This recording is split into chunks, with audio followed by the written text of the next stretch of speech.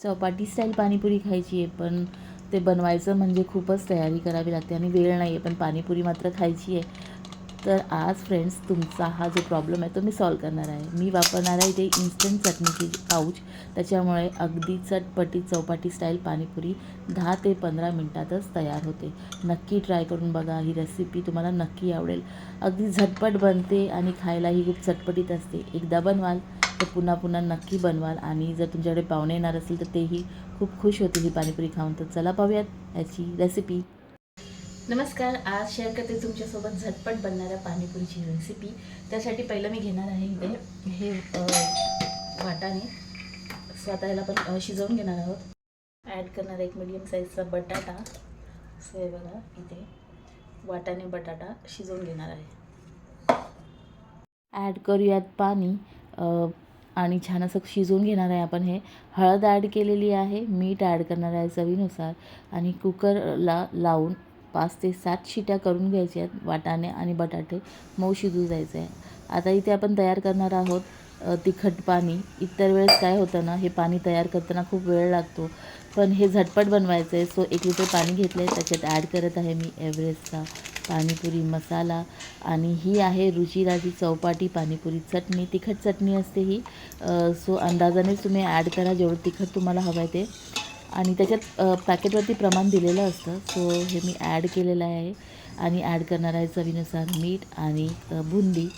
Friends हे बघा झटपट आपलं हे तिखट चटणी किंवा तिखट पाणी तयार झालेलं आहे. इतर वेळेस काय होतं ना, भरपूर तयारी करावी लागते. कोथिंबीर, पुदिना, आलं, लिंबू सगळं फिरवून घेऊन मग त्याचं पाणी तयार करावं लागतं. सो हे झटपट आपलं हे तिखट पाणी तयार झालं. आता गोड चटणीसाठी इथे ॲड केलेला आहे मी खजूर. हा गरम पाण्यात भिजवत घालणार आहे.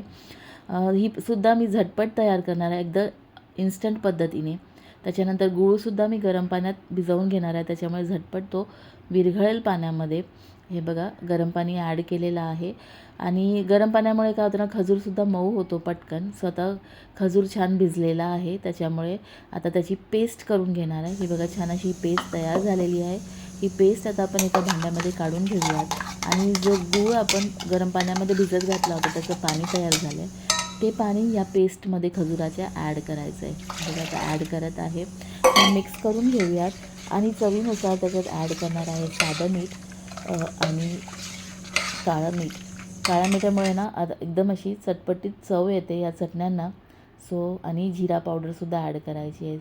सो आता चिंच नव्हती माझ्याकडे, त्याच्यामुळे मी इन्स्टंट इथे ही रुचिराचीच खट्टी मिठी इमलीची चटणी वापरली आहे. म्हणूनच म्हटलं हे इन्स्टंट पाऊच वापरून आपली ही जी पाणीपुरी आहे ना फ्रेंड्स, ती अगदी 10 ते 15 मिनटात तयार होते. सो हे बघा हे तयार झालं आपलं हे गोड पाणी किंवा गोड चटणी चिंच गुळाचं.